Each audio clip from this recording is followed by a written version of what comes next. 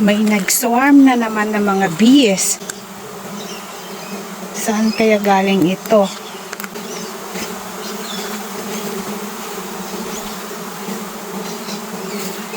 Oh, dito sila sa may macadamia. Nagtataka ako kung saan nanggaling tong swarm. Hindi ko nakita kung saang hives.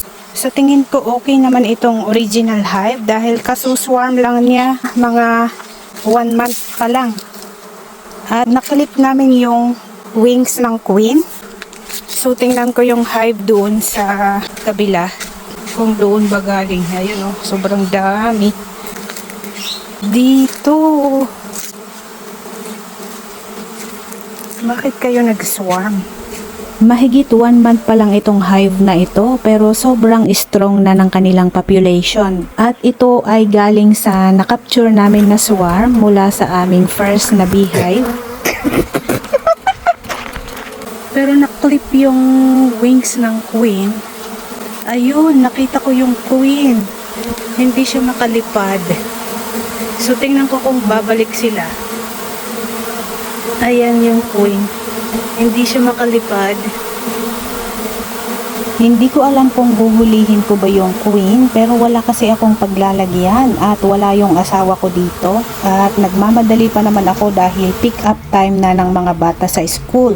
Iiwanan ko na muna sila at mamaya na ako mag-iisip kung anong gagawin ko pagkabalik ko from school pick up. At na-curious ako kung mag-i-stay ba itong mga bees dito sa macadamia kasi wala naman dito yung kanilang queen. So dito sila nagkumpulan sa sanga ng macadamia na ito. Ito yung stage 1 ng swarming. So sa tingin ko ay hindi pa naman sila aalis.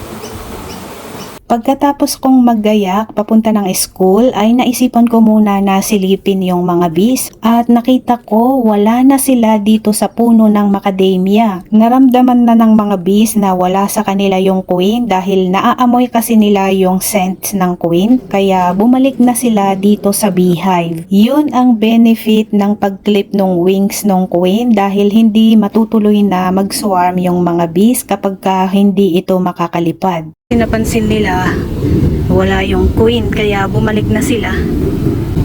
Hopefully nandito na yung queen. Nakapasok na siya dito sa hive. Paalis pa man din ako, magsusundo na ako ng mga anak ko.